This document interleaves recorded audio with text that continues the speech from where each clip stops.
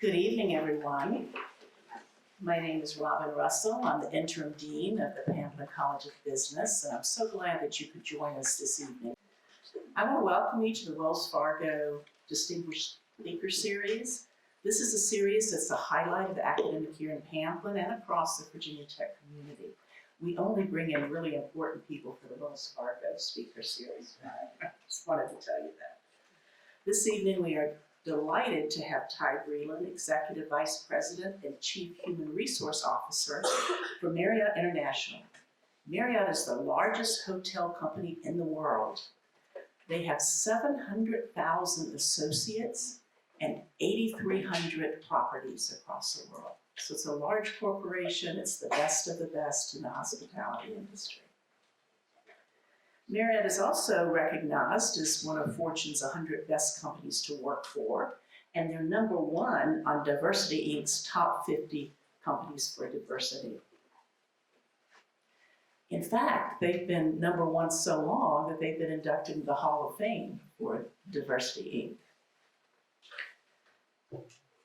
Marriott is a top employer of the Feiertag Hospitality and Tourism Management Department here, which we call HTM. And I hope you enjoy this wonderful evening. And I'm going to turn it over to Dr. Xiang. On behalf of the Department of HTM, I really appreciate this opportunity.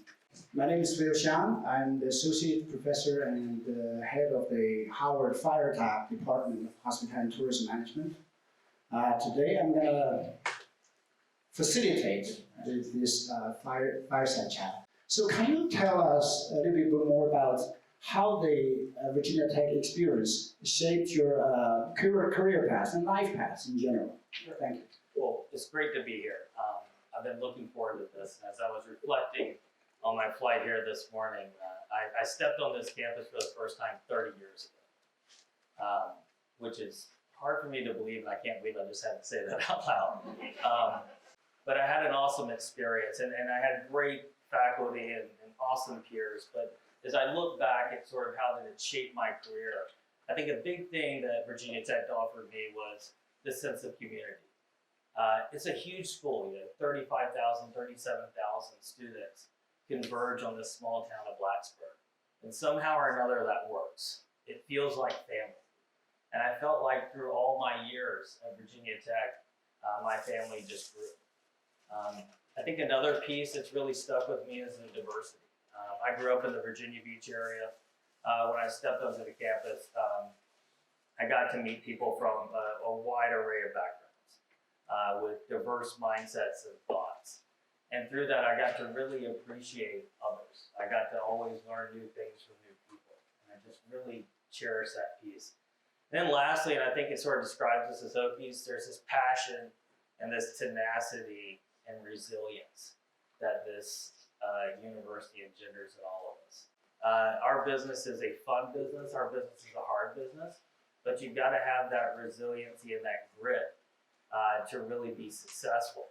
And that's something that I think this institution really put in me, and I see it in a lot of you. And we want to know, right, what propelled you, to become what you are now today, I mean, in the corporate world, right, in the leadership world.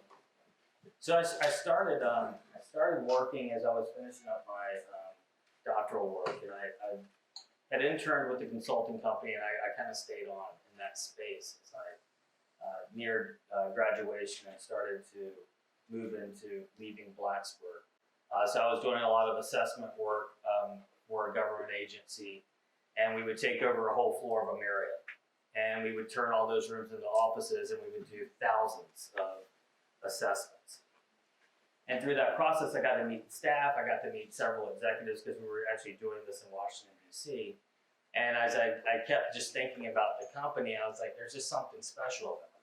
So I got to know a few executives, and they at one point said, hey, have you ever thought about working for us? And I was like, well, I don't know what I would do in hospitality. And they said, well, we're trying to build out a new sort of talent analytics function, and we'd love for you to come and run it.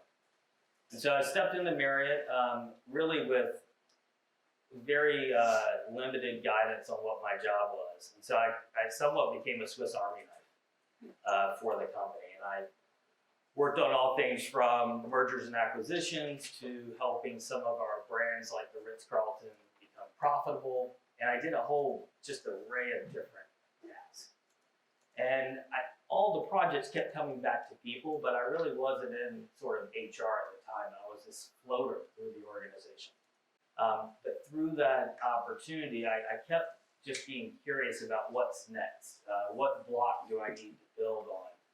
And as I got through the sales and marketing run, I realized I couldn't be legit at Marriott. And I knew I wanted to stay at this company, but I couldn't be legit unless I went into operations. So I went out into operations and ended up running the Eastern region for the company. And it was through that assignment I got a call one morning at about 6 a.m. from our former CEO who passed away a few years ago, Arnie, and he said, "Hey, Ty, I need you to sign an NDA. And then I'll finish the conversation." I was like, "Okay, that's weird. Am I in trouble?" So I get this NDA, sign it, and we're gonna be we're exploring buying Starwood hotels.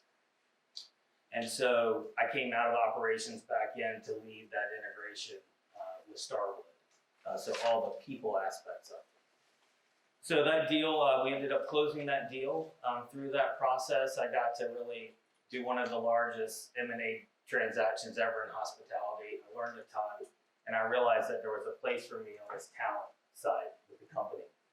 And so as we closed that deal, I became the chief talent officer for the organization. And then a few years later, had the opportunity to step in this role, leading all of our HR practice globally. So we have right around 700,000 people, as Robin mentioned, 8,300 properties in 138 countries.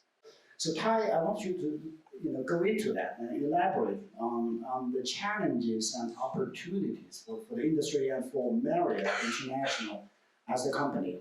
And of course, to provide us with the sense of the global view, in the literal sense, right? Because you're the global chief.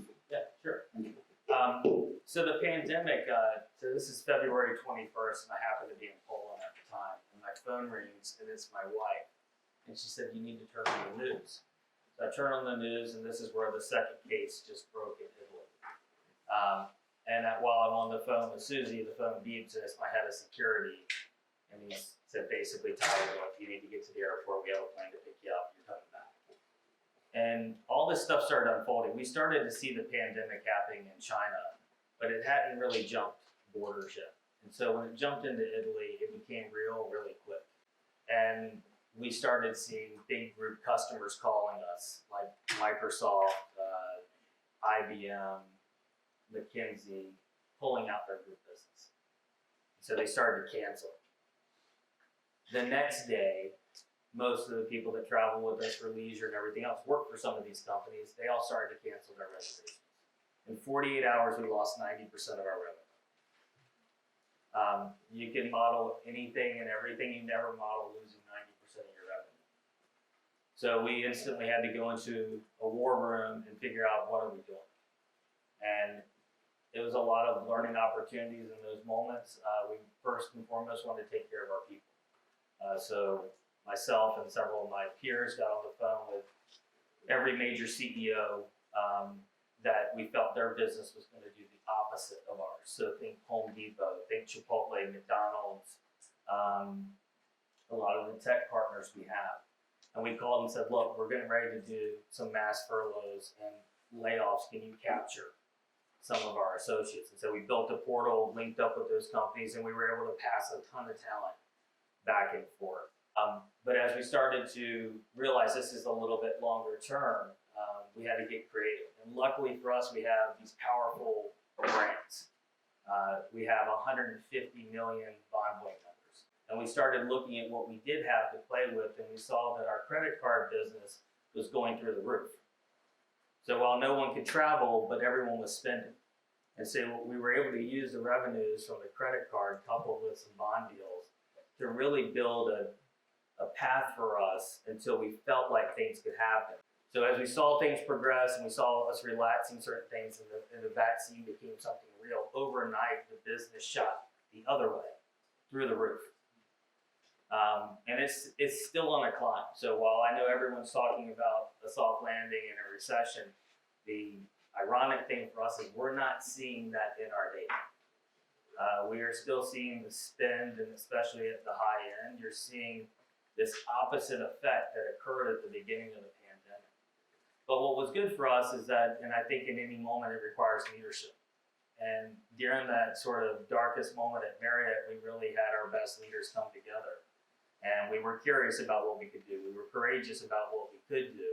And we stayed very connected, both internal and external, through the company. We're trying to make sure that we're thinking as creative as we can about how we sort of lay this path. The next question I want to ask you about is, well, given all this, right, the pandemic, and recently more significant probably is the technology, in the world of technology, right? So how do those things, in your perspective, are gonna, shape the future of work and shape the future of workplace in our industry? So I think there's three big areas right now. I'll leave tech for the third. First is this idea of flexibility and choice. And anytime I get an opportunity, and I'm going to take it right now, what we really want to achieve in the workplace is flexibility and choice. It's not remote work. I don't have any problem with remote working, but only about 10 to 11% of the world's population has an opportunity to work remotely. Most of your jobs are going to be in direct relation to a physical environment, interacting with people, etc. So when everyone's talking about everyone's working from home, they're talking about a small segment of the population. But I'll say for you, as students coming up, it's very, very important that you get that in-person interaction. I wouldn't be sitting where I am today if I was just behind a Teams or Zoom call. And I love Microsoft, I love Zoom, but they'll tell you the same thing. It's the vicarious learning that you're able to pick up. It's someone nudging you when you need to push harder. It's someone kicking you under the table when you need to shut up. All those are important learning moments through your career. You want to take full advantage of them, especially early. As you establish yourself in an organization, you can probably err on the side of being a little bit more remote or working in different areas, etc. But at first, like really getting that relationship and establishing all those learnings is absolutely important. You're not going to get that sort of extra coaching that you're going to need in the moment if you really want to grow your career. That's one trend. Second trend, everything's speeding up. So right now will be the slowest it's ever going to be for the rest of your life. And then lastly is technology. I don't see technology really replacing jobs per se. I see it shifting work. I see it augmenting work. It's going to speed up. It's going to be easier. So the workplace you're going to enter when you graduate is going to be a different workplace than I am. I was building the PowerPoints. I always prided myself in doing good PowerPoints. I was prided myself in writing the formulas in Excel, all that stuff. And it's going to be a rapid, but it's going to flip everything upside down. So I'm excited about it. I think in our industry, I want our associates to work that can be done better this way. Let it happen. And then I'd have you index on the things that are going to be more important for that human interaction and interface. With all these changes, all the impacts of technology and the change of society, right? The global level, what do you see? Right? So, I mentioned the trend on sort of flexibility and choice being sped up by the pandemic. I think the other piece that was really put on steroids is individuals trading buying goods for experience. So that is experience from a hotel stay, that is experience from exploring a new part of the world, that is experience of F&B and just enjoying an amazing meal or an amazing drink, etc. I don't see that slowing down. I think that is a trend that will continue, but this idea of indexing on experience, like that flexibility and choice, is something real for people. People got scared. It's the first time that the whole world experienced something at the same time. So not even a world war does that. So this was a time in history where everyone experienced it. There was a bit of mortality salience that occurred that people got scared and they want to seize the day. They want to travel. I don't really see that piece slowing down. Will it attenuate at some point? Of course. But that is something that has been marked in people's psyche that will live for this generation that experienced. So that's a trend that I don't see going away. You know, for us, we hire, as I mentioned earlier, we hired 200,000 people. And I think a lot of times everyone thinks about Marriott as the HTM side, as the operations F&B. I hired 1,000 tech people last year, just at our headquarters. I hired hundreds of finance people, health and well-being, DE&I. You name the category that you're studying, and I promise you, I probably have a job. So it's a huge, huge industry, and everyone thinks about the hotel, which is our core product. We also have yachts, we have residences, we have apartments, we have a HVMI, which is akin to like an Airbnb. We have a huge boutique business. We're one of the biggest sellers of mattresses in the world. So our Heavenly Bed competes against every major mattress manufacturer. That's not our core business, it's beds, but we sell a heck of a lot of them. We have this huge credit card business. I have data on 150 million people, not only what they spend, but where they sleep, what they like to do when they wake up, and everything else. So for any of the data scientists in the room, it's one of the richest data sets in the world. It's why Amazon bought Whole Foods. The other thing they could have bought is hotels, but it's a way to get that interaction of the consumer with the good or the experience. And so we have this rich data set. So as I think about the future, it's really us not only hiring our core operations, but it's all these other pockets. And I think something that's special about Marriott, why I've stayed there for 20 years, we don't look at hiring for a job. We look at selecting for a career. Our average general manager has 20 years with us. Our average manager has 12.4 years with us. That's unheard of. Most people hop around job to job. And you can do that, but you can do it with us. So like I mentioned, I've been in sales and marketing, I've done development, I've done operations, I did M&A, I did HR. I never really left the company. And anyone and everyone can have those types of opportunities. And so we really focus on hiring the whole person. The whole speech I gave on flexibility and choice, I'm really trying to change the industry. It was a time where it was a punch in, punch out, and you worked. I'm fine with part-time managers, part-time employees. Doesn't matter, whatever fits your life. We have a job for you and we have an opportunity for you, and we want to change. I'm not asking all of you to change. I want to change the industry to welcome anyone and everyone. Excellent, Ty. Thank you.